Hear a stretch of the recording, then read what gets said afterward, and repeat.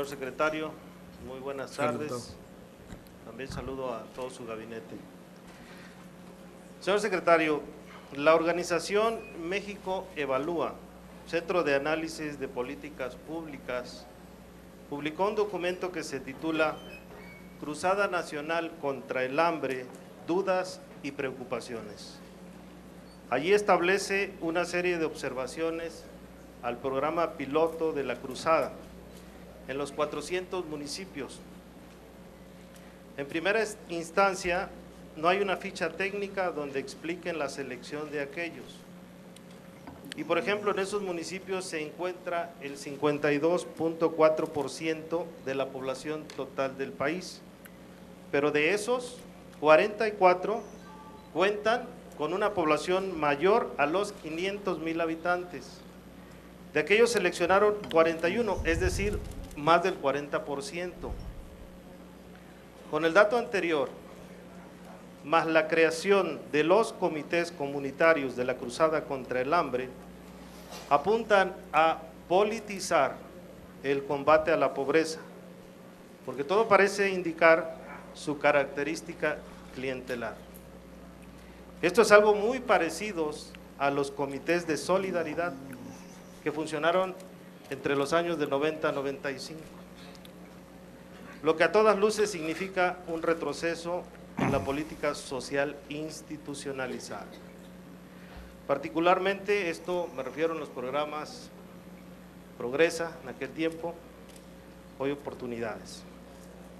La primera pregunta que le haría yo, ¿se está resalinizando la política social?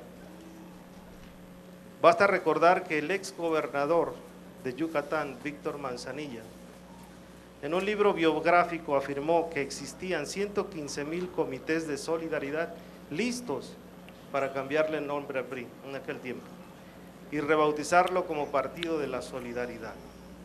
Esa es una primera pregunta. La segunda, que es una pregunta y petición, ¿podrá usted desglosarnos por municipio la cantidad de pisos firmes que el Estado hizo en este ejercicio?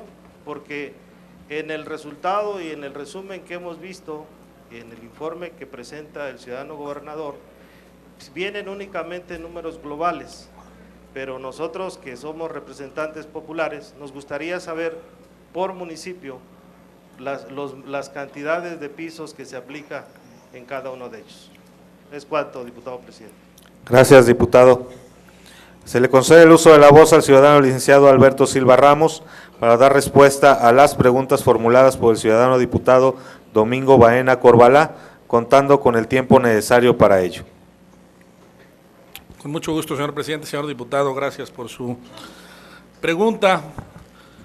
Decía Tallerán que a veces la coyuntura nos impide llevar a cabo un buen análisis.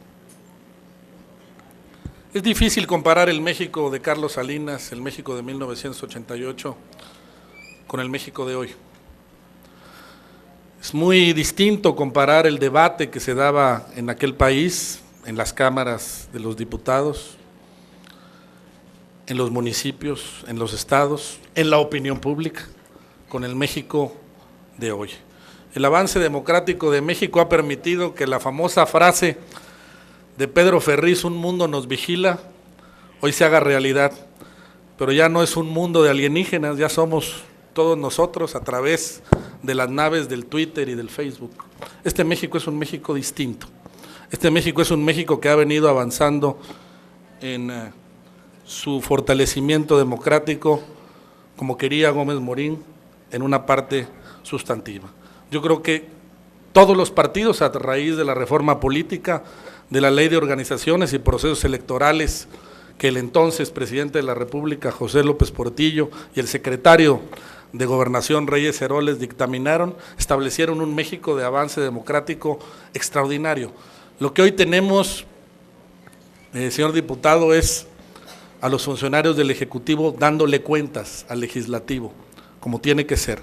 Lo que hoy tenemos es un debate transparente, lo que hoy tenemos es una política, insisto, distinta. Los tiempos del presidente Salinas, los tiempos del México de 88 eran otros momentos, son otros tiempos. Hoy estamos en el México de la alternancia, hoy estamos en el México de la no permanencia de un solo partido.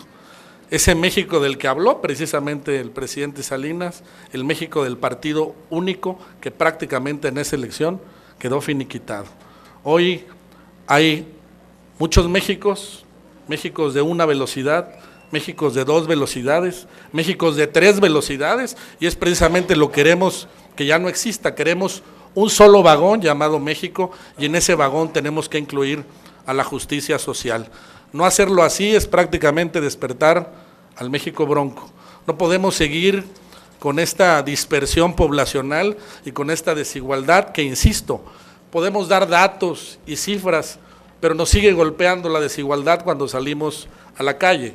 Eso se llama pobreza, y lo podemos decir de cualquier acepción y de cualquier manera, pero seguimos teniéndola, y la vamos a seguir teniendo si no empezamos a hacer algo, y lo hacemos de manera permanente, y lo hacemos de verdad, y lo hacemos con una línea de conducción que nos permita no partidizarnos, que nos permita llegar a acuerdos y que podamos llegar a municipios en donde gobierna el Partido Acción Nacional y construir todos los pisos de cemento, y construir todos los techos, y construir los proyectos productivos que hagan falta, y ir a todos y cada uno de los municipios, insisto, sin distingo de partidos.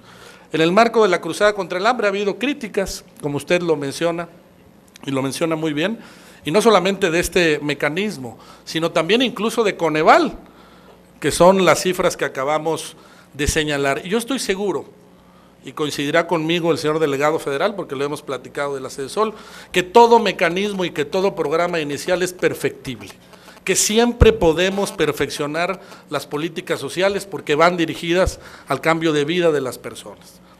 Y por supuesto, el programa Adelante es otro mecanismo perfectible, y yo estoy a las órdenes, señor diputado, de poder constituir este mecanismo que nos permita de la mano, y estoy atento a poder realizar los cambios, hacer una política, insisto, y perdóneme usted que lo reitere, que no tenga sospecha, que no tenga mácula. Creo que lo podemos hacer, señor diputado. En cuanto al segundo punto, me gustaría poderle enviar de manera ulterior esta documentación. No la tengo a la mano, me gustaría podérsela hacer llegar de manera documentada para establecerle cuáles son cada una de las localidades en donde pudimos construir los 22,000 o 23,000 pisos que se pudieron construir en este año, señor diputado. Gracias, señor secretario. Pregunto al diputado Domingo Baena Corbalá si se encuentra satisfecho con las respuestas dadas por el ciudadano secretario a sus preguntas. Parcialmente. Señor secretario, esperamos la información del segundo punto. Hoy mismo, señor. Que nos las haga llegar. Y bueno, dicen que la burra no era arisca, pero bueno, así se han ido dando las cosas. Yo le pregunto a usted, de los 33 municipios de Veracruz que forman parte de esta cruzada, 12 de ellos son cabeceras distritales, son municipios muy grandes. En mi distrito yo conozco varios que tienen mucho más necesidades que otros y que no fueron ahí, ¿no? Pero bueno, yo por eso les decía, y que tomando como base este documento, que no existen ahí la definición de cómo se definen, perdón, valga la redundancia, de dónde se destinan estos recursos.